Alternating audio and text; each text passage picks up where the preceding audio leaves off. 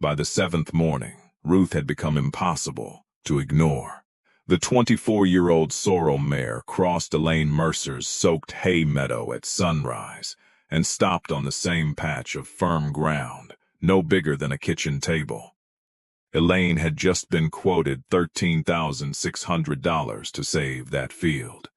Yet the oldest animal on the farm kept returning to the one place in 16 wet acres that never gave under her weight. Elaine needed to know what made that patch different. Elaine Mercer was 45 and ran a small beef and hay operation in the rolling country of eastern Kansas. 118 acres, 18 brood cows, one bull she did not entirely trust, one aging tractor, and Ruth, a cow horse that had been mostly retired for 3 years, her 16-year-old son, Ben. Still used the mare for slow fence checks because Ruth would stand for an open gate and never spook at loose wire. On most days, that was about the hardest work anyone asked of her. The hay meadow was different. It supplied most of the farm's winter forage when the weather cooperated. Elaine did not need record yields from it. She needed dependable ground she could enter with a mower, rake, and baler without burying a tire or cutting channels that would hold the next storm. The first year the field stayed wet, she called it bad timing. The second year, she blamed an unusually heavy spring. By the third, timing was no longer a convincing explanation. For 3 seasons, water had been staying on it longer than it should. A heavy rain in June might leave the lower half soft for a week.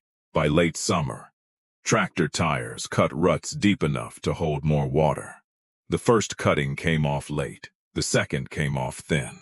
One corner had stopped producing hay worth baling at all. Elaine had tried the obvious things. She cleaned the roadside ditch. She cut a shallow surface swale with the rear blade. She opened a low spot near the hedgerow where runoff seemed trapped. Nothing changed.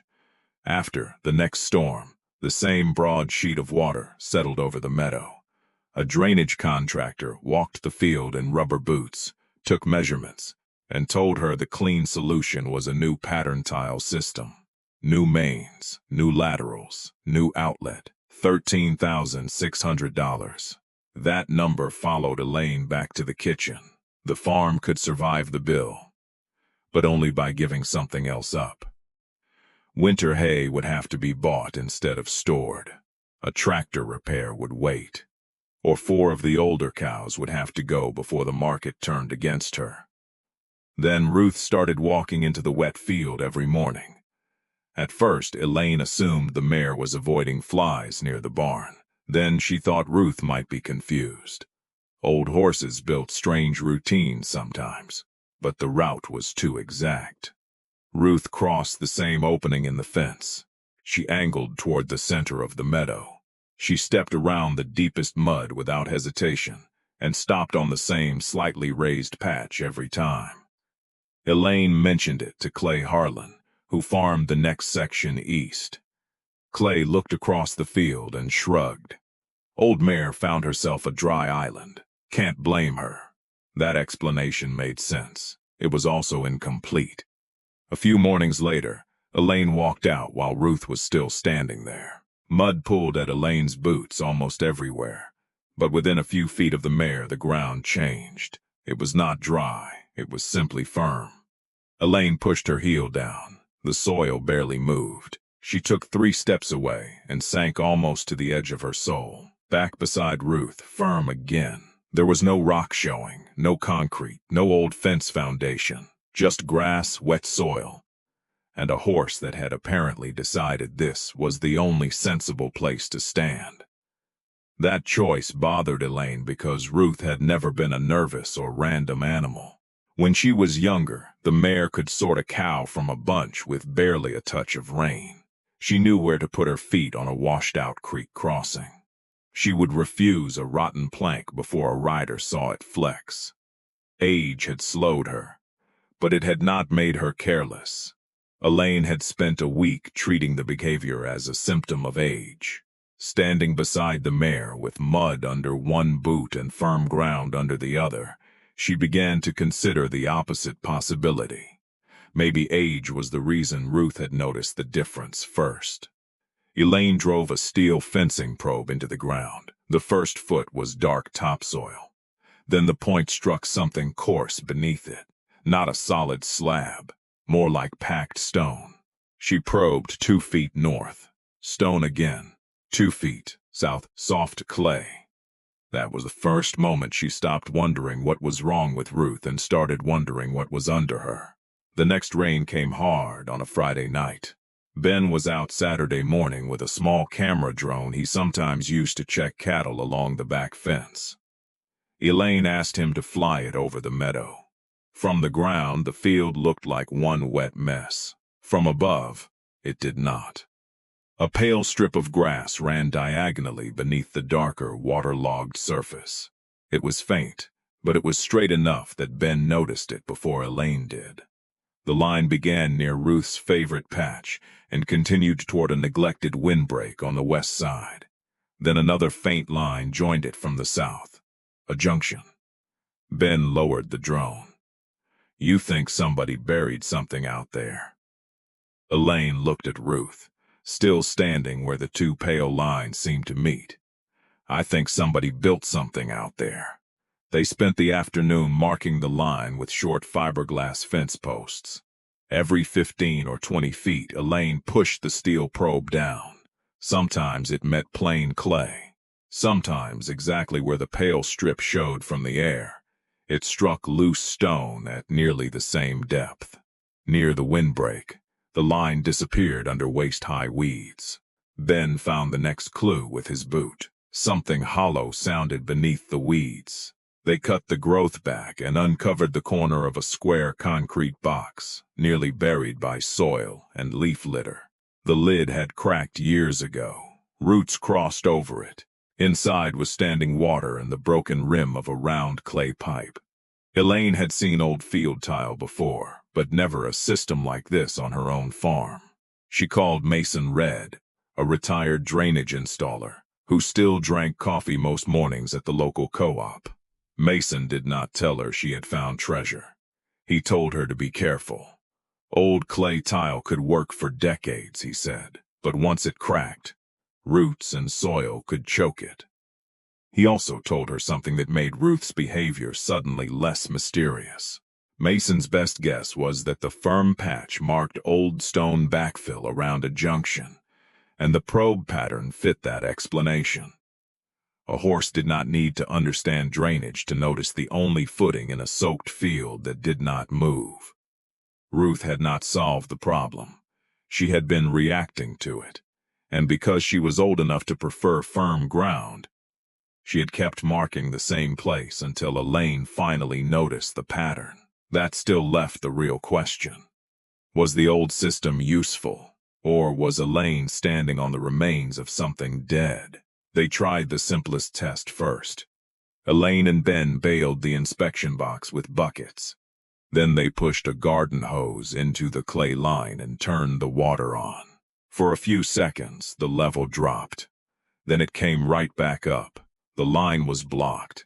They searched the creek bank for an outlet and found nothing. They dug at 2 likely spots and found only roots and packed soil. By Sunday evening, Elaine had a sore back, 2 useless holes near the windbreak, and a field that looked exactly as wet as it had the day before. For a few hours, the $13,000 estimate started to feel reasonable again. But Ben had measured the distance from the concrete box to the point where the hose backed up fastest. Mason suggested one more test before they abandoned the old system. A small inspection camera could sometimes travel far enough inside clay tile to show whether the problem was sediment, roots, or a collapse. Elaine rented one from a plumbing supplier in town. The camera moved through darkness beneath the meadow. The picture shook over old joints and mineral stains. At 60 feet, the line still looked open. At 73, thin roots appeared. At 76, the screen filled with them. They measured 76 feet from the inspection box along the marked route. The point landed beneath the outer edge of the windbreak, beside an old cottonwood stump. This time, when Elaine dug, she did not find random soil. She found the clay line exactly where the probe said it would be. 2 sections had cracked and dropped slightly out of alignment. Cottonwood roots had entered through the gap and built a dense plug inside the pipe. Behind it, water had been backing into the network across the meadow. Elaine cut out less than 8 feet of damaged tile. The repair was not elegant. Mason helped her choose flexible couplers and a short section of modern drain pipe that could join the old clay without crushing it. Ben cleaned roots from the trench.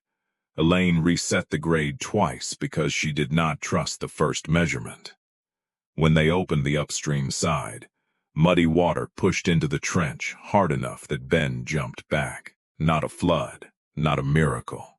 Just water finally moving in the direction it had been meant to move. They spent the rest of the day flushing sediment from the inspection box and clearing the outlet they eventually found lower on the creek bank, hidden beneath years of leaf mold and grass. The total cost, including the camera rental, pipe, couplers, gravel, and Mason's time, came to a little over $700. The repair had also cost 2 long days of digging and the risk of breaking more clay tile while trying to save it. Elaine knew the old line could fail somewhere else next year. They had repaired one obstruction, not made the farm immune to water. Elaine did not celebrate yet. One repair after 3 wet seasons was not proof. She waited for rain. It came 6 days later. The meadow took almost 2 inches overnight. At sunrise, water still stood in the lowest swales. By afternoon, most of it was gone.